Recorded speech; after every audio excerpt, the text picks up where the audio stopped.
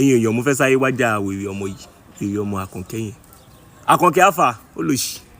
Ṣé Òyìnkẹ́ Mọ́nímọ́s àti ọkọ Mọ́nímọ́s Òyìnkẹ́ wọ́jọ́yè? Ó mọyè tó jẹ ṣá bọ̀wọ̀ kìíní ọ̀fi sọ̀lọ̀. Oyin yẹn pọ̀ nù ayé, oyin yẹn ga nù ayé. Ó rí Mọ́nímọ́s tó jẹ yèyé bọ̀wọ̀ kìíní ọ̀fi sọ̀lọ̀. Bọ́lẹ̀ ń bẹ̀. Ẹ̀yin tèmi ọkọ àwọn single mothers tí a mọ̀ sí Akeem ọkọ àwọn single mothers ó ti jáde wá blast Lizzy Anjorin lórí ọ̀rọ̀ Mọ́nímọ́s tí ó ṣẹ̀ lọ joyè òun pẹ̀lú ọkọ rẹ̀. Ẹ̀yin tèmi arákùnrin ní wípé Lizzy Anjorin kò mọ ọ̀nà rẹ̀ ó ní wòlíì ló yẹ kí Lizzy Anjorin kí ó máa ṣe ó ní kì í ṣe aṣọ kọ́ ló yẹ kó máa ta o. Ó ní gbogbo àìpè tó ń ṣẹ́ fún yàn ó ní àdúrà ni. Ẹ̀yin tèmi ẹ jẹ́ ká gbọ́ látẹnu rẹ̀ o. Ó tún bá fẹ́ sọ nǹkan fún ẹ, ó mọ ikọ́ tó wá kọ̀ tẹ́. Ó tún kọ̀ tẹ́. Ṣé Òyìnkẹ́ wòlíì ló yẹ kó máa ṣe?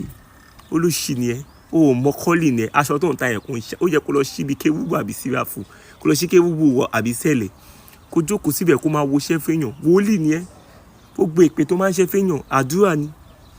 Olóṣì. Ṣé oyin sìn?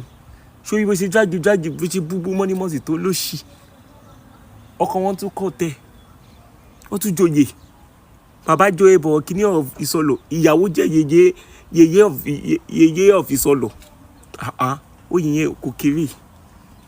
Olóṣì kò jókòó olóṣì wàá jókòó bíi sádìsì wàá káṣọ sára bí ẹ tó ń ṣopó wàá wáṣọ dúdú wèrè wàá jókòó ojú kan ló mà láti àárọ̀ ṣúlẹ̀ wàá máa ṣe láìfù bí olórí burúkú. Àkànkẹ́ ayé rẹ̀ ti bàjẹ́ olóṣì wèrè akóṣìbérò. Má bú mi o, mo kàn ní kí n advice ẹ díẹ̀ ni mi ò bú ẹ o. Ìwé ilé tí mo sọ mi ò bú ẹ o. Ọkọ mi ó lálùbáríkà ọkọ mi ó sóríire. Lọ kọ́ tẹ̀lé gbogbo Òyìnkẹ́ òun kọ́lé òun kọ́ ẹ́stéètì òun kọ́ gbogbo ẹ̀ kò ń ṣọ̀nà ẹ gbogbo aṣọ orí burúkú tó ń ta ẹ. Àkúmọ̀ bí àwọn òkú bóyá àwọn òkú ló wá aṣọ lọ́wọ́ rere ara ẹ̀ kan náà.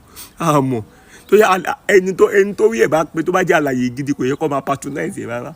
Òun bò wá rere bí ẹgbẹ́ náà ló máa wá aṣọ lọ́wọ́ ẹ̀ olóṣì. Mo kàn ní kí advice ẹ ni o. Lọ sí ṣọ́ọ̀ṣì àbí kò lọ sí ilé babaláwo kó lọ sí yèyé ọ̀ṣun kó máa woṣẹ́ fáwọn èèyàn. Ṣé o ti gbọ́ ọkọ mi ó lálùbáríkà?